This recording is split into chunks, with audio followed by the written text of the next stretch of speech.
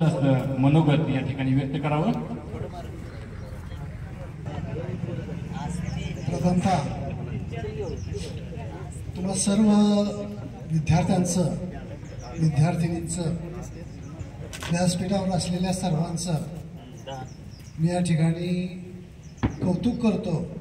विशेष म्हणजे 96-97ची ही बॅच पण 2025 पर्यंत आपण आलो, विचार करत करत 25 पर्यंत आलो आणि आज आपण हा गेट टुगेदरचा कार्यक्रम या ठिकाणी आयोजित केलेला आहे। तुम्ही सर्वांनीच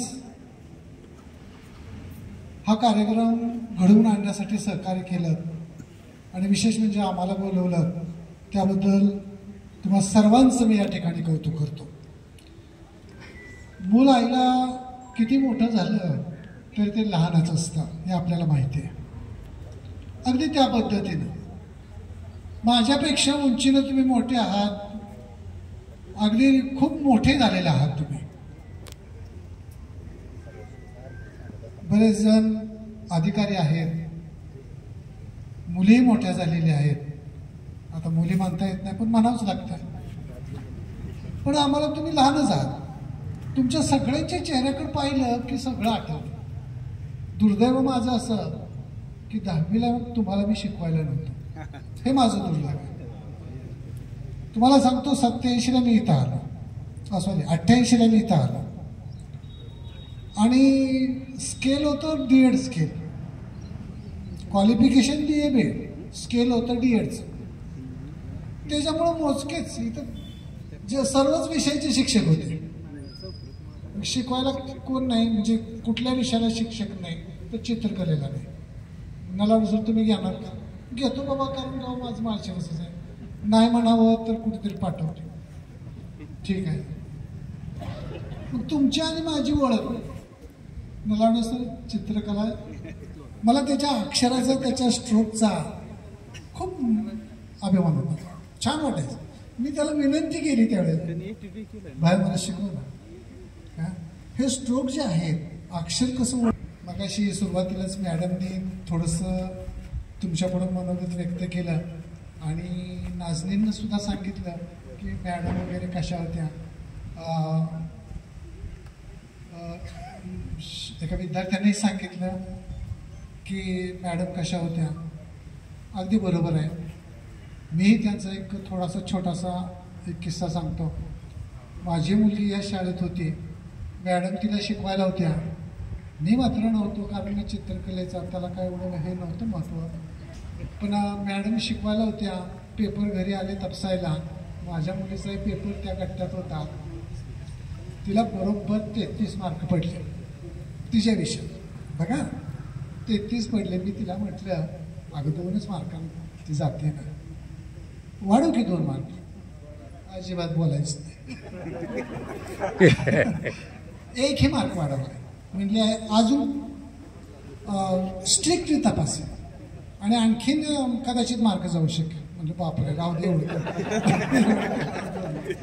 आणि अजून तो दरार आहेच, घरात पण असतो। मी मागाशी म्हटलं मला खंत वाटते की बाळांनो तुम्हाला मी शिकवायला 10वीला नव्हतो। त्याचं कारण असं आहे की हे गाव सोडलं 2001 साली 2000ला आणि प्रमोशनला B.Edला ते डोंगरावर गेलो। तिथं गेलो डोंगरावर, म्हणजे बोथे नावाचं एक गाव आहे कुळक जायच्यावर, तिथं गेलो। 1 वर्ष तिथं सर्व्हिस केली, तोपर्यंत इकडं मॅडमची बदली झाली आणि ती लोणंदला गेली कन्या शाळेला, बरोबर का?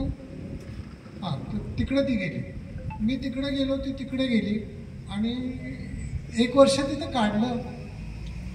मग चित्रकला गेली, सगळं गेले। इथं काही विद्यार्थ्यांना काही वर्गाला मी हिंदी पण शिकवायला होतो, थोडंसं हिंदी पण मी शिकवलं। माझा विषयच होता हिंदी आणि इतिहास, इतिहासाचा मी स्पेशल होतो आणि हिंदी हे ऑप्शनलला होतं माझं। तिथे गेल्यानंतर मग मी इतिहासच शिकवायला सुरुवात केली। विशेष म्हणजे की 7-8 महिन्यांनी तिथल्या मुख्याध्यापकांची बदली झाली। आम्ही 4.5 शिक्षक, म्हणजे 5च शिक्षक, मुख्याध्यापक आलते आणि आम्ही 4 शिक्षक, 3च वर्ग, 8वी 9वी 10वी तेवढ्याच शाळा भरायची। माणसं यायची, घंटी वाजवायची, नारळ फोडायची वगैरे वगैरे म्हणायचे. आम्ही थांबवायचो आणि मग विद्यार्थ्यांना शिकवायचो. तेवढ्यात मुख्याध्यापकांची बदली झाली आणि ते गेले. संस्थेने पत्र पाठवलं की कार्यभार तुम्ही स्वीकारा आणि त्या मुख्याध्यापकांना रिटायर करा. म्हणजे पद्धतीला खूप आपुलकी आहे, कौतुक आहे, गरीब मुलांबद्दल आहे. मला न सांगता, बघा आम्ही दोघे एकत्र होतो तिथे लोणावळा, आणि मला न सांगता ती भीमाशंकरच्या एका कोपऱ्यात गेली बदली करून, आदिवासी भागात, अतिशय आदिवासी भाग, तिथं तिची बदली झाली. मी संस्थेत गेलो, मलाही माहीत नाही कशी काय बदली झाली, कारण ती मुलींच्या शाळेत, मी मुलांच्या शाळेत. मी संस्थेत गेलो, तिथं भांडलो, हेच का म्हणलं तुमचं एकत्रीकरण. कशी काय म्हणलं माझी बायको इतक्या लांब टाकली. मग त्यांनी 2-4 पत्र दाखवले मला. हा बाई मॅडमने आम्हाला विनंती अर्ज केले. अरे बापरे. आणि हेच नाही म्हटलं, त्यांनी लांब गाव मागितलं होतं आणि जरा पायथ्याला तरी दिले. अतिशय आदिवासी भाग. छान वाटलं, छान वाटलं. मग तिला छान वाटलं तिथं काम करायला. खूप छान प्रकारे तिनं कामही केलं. 1 वर्ष तिनं छान तिथं काम केलं. गरिबांच्या मुलामुलींचे अश्रू तिनं पुसले, सहकार्य केलं, छान शिकवलं. आणि पुन्हा शेवटी मला सांगितलं की मी इथं येणार, निवृत्त या शाखेतून होणार म्हणून. इथंच झाली ती निवृत्त. काळ जरा तो कोविडचा होता, त्यामुळे जास्त संपर्कात आपण नव्हतो एकमेकाच्या वगैरे, म्हणजे ती आणि गावातली माणसं वगैरे. तर आमची घर मालकीन सुद्धा इथं आहे, विद्यार्थिनी. त्यांच्याच खोलीमध्ये आम्ही तिथं राहत होतो. तर जास्त वेळ घेत नाही. तुम्ही पुन्हा एकदा तुम्ही बोलवलं त्याबद्दल मी पुन्हा एकदा तुम्हा सर्वांचं कौतुक करतो.